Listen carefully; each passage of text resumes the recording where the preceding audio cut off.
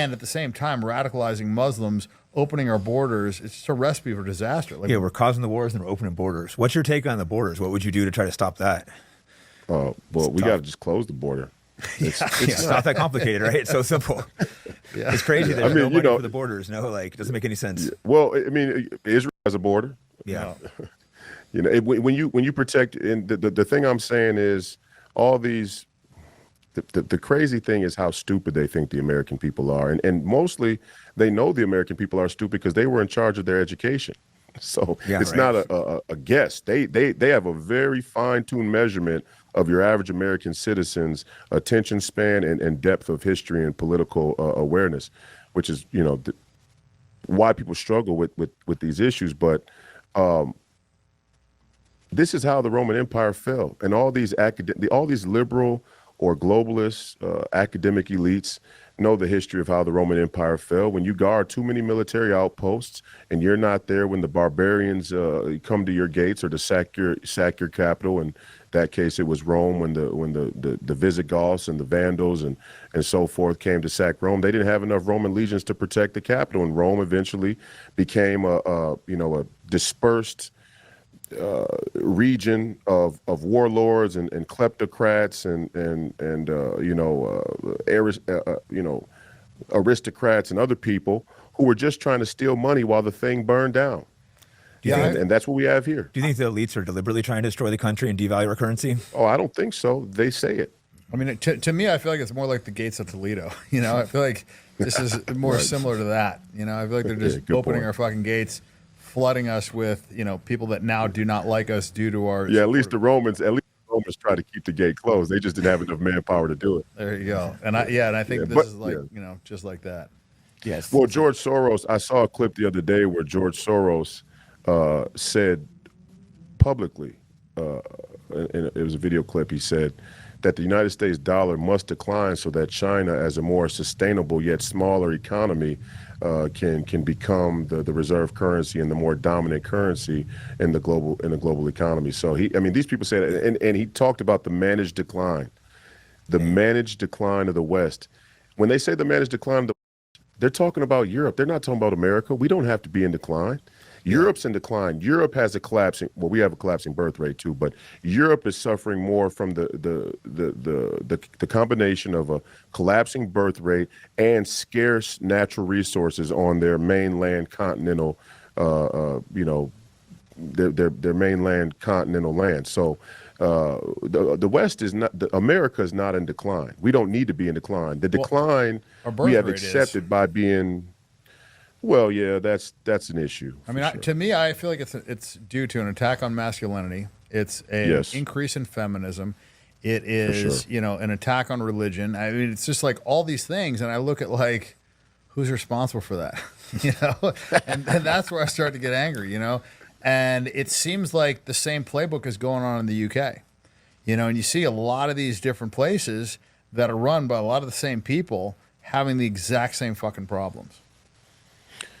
Well, yeah, Europe is in collapse, free fall, but they have these nationalist movements that are popping up all across the world. Italy was one of them, and Georgia Maloney, I think, articulated well how the economic scam of, let's say, the British business model, drugs, piracy, slavery.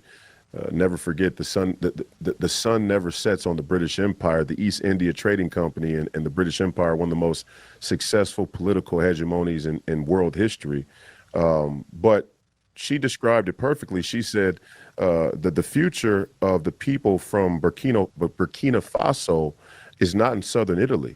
It's in Burkina Faso. The problem in Burkina Faso is that they are getting gouged by European economic and political elites stealing their natural resources for pennies on the dollar. And America has been involved in that too, but we've only been involved in it as an aid and asset to our other European allies who really need those natural resources. We don't. And that's another part of the America First movement, is to start to distinguish ourselves from the European Union in those geopolitical matters. We don't need to become morally culpable for what France thinks they need from their formerly colonized African nations, because what they're doing, and this is what's happening, it's building up a resent for America.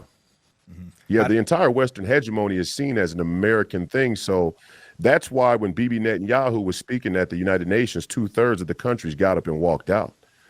Because and that is this is the asymmetrical war we're really in. People got to understand, Russia and China are fomenting a repudiation against the Western hegemony, economic hegemony. That's what BRICS is. And before you know it, people are going to start to get, as the technology advances and it kind of evens out, and Russia and China provide more material, technological, and infrastructural support to the rest of these countries. People are going to kick the dollar like crazy, and that collapse will fucking bag. And yes, that's what's going to happen. Yes. You know, like, I mean, they've already declared that they're, you know, creating an alliance. You know, you got China, you got Russia, you got these, you know, different countries, you know, forming an alliance. And who are we aligned with? You know, like, we're aligned with Israel. We just want to fucking keep pumping them money and keep pumping money into Ukraine. And it's like, you know, those are the two most corrupt countries. And so that's where we just want to pump all our money into. You know, like, I don't know. I'm just not too optimistic on the U.S. given the fact that we just are in massive debt and we just continue to give our money to people that aren't doing anything for us, to our own detriment. It's crazy. You can't do. I mean, any business, you can't survive this way. We just recently, I think in the last couple of months, the interest on the national debt surpassed the defense budget. So we literally have now outstripped the sort of military and defense portion of this post-World War II democratic liberal order. Now we can't even pay to service the defense part, right? So, and that was part of our promise. You take our dollar, we'll trade with you, we'll protect you. In a minute, we're not even going to be able to provide protection. So when we can't provide protection, we're going to have even less allies. China's number one business is business. America's number one business is war, and that has to change, or else we're going to lose in that asymmetrical war with China. How do we change this? People like us getting into politics, or what's the answer to take the country back? Well, yeah, I mean, the MAGA movement's a great start, and Donald Trump's going to be in a huge fight to win, but then he's going to be a huge fight once he's sitting in the seat to not let these special interests and lobbies corrupt his but ultimately, like, the remedy is easy. American manufacturing has to go numero uno.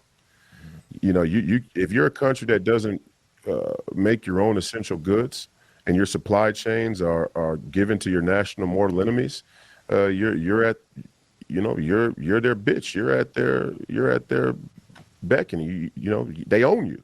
Yeah, even our antibiotics are made in China.